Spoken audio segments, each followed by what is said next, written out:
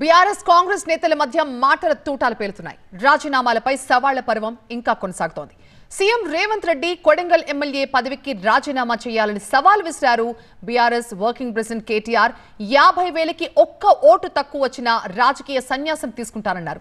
మరోవైపు కేటీఆర్ సవాల్కి ప్రతి సవాల్ విసిరారు కాంగ్రెస్ ఎమ్మెల్యే రామ్మోహన్ రెడ్డి.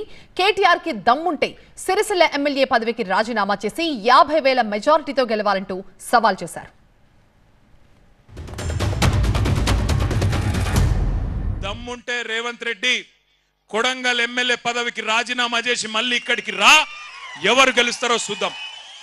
నీకు మాటిస్తున్నాం, మేము ఇంతమంది రాము, నువ్వు భయపడకు. మేము ఇంతమంది రాము ప్రచారంకు. మా పట్నం నరేందర్ రెడ్డి నామినేషన్ వేసి ఇంట్లో కూర్చుంటాడు, బయటికి కూడా రాడు. మేము జిల్లా నాయకులం కొంతమందిని తిరుగుతాం. గెలుచుడు కాదు నేను చెప్పేది.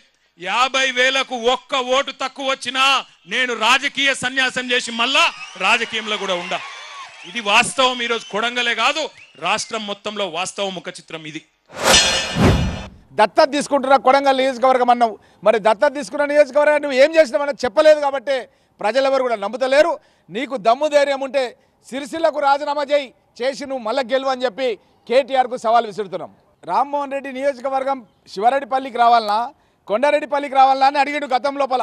అప్పుడు నా కాన్స్టిట్యున్సీగా వచ్చి ముఖ్యమంత్రి గారిని నన్ను ఛాలెంజ్ చేసిండు. ఆ యొక్క ఛాలెంజ్ మేము స్వీకరించినాం.